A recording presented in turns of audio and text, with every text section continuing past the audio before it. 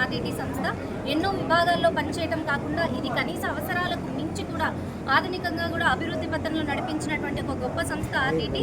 ఇది విద్యా వైద్య రంగాల్లోనే కాకుండా ముఖ్యంగా మన వ్యవస్థకు వెన్నెముకైనటువంటి రైతులకు అండగా నిలవడమే కాకుండా మహిళలకు కూడా అండగా నిలుస్తూ ఆర్థిక కూడా పునరుద్ధరిస్తూ ఎంతో అయినలేని అన్ని అంశాలని కూడా పురోగతి చెందినటువంటి అంశంలో ఉంది ఆర్డిటి. ఇటువంటి ఒక గొప్ప సంస్థని రాష్ట్ర కేంద్ర ప్రభుత్వాలు ఖచ్చితంగా దీనికి సహకరించాల్సిన అవసరం ఉంది.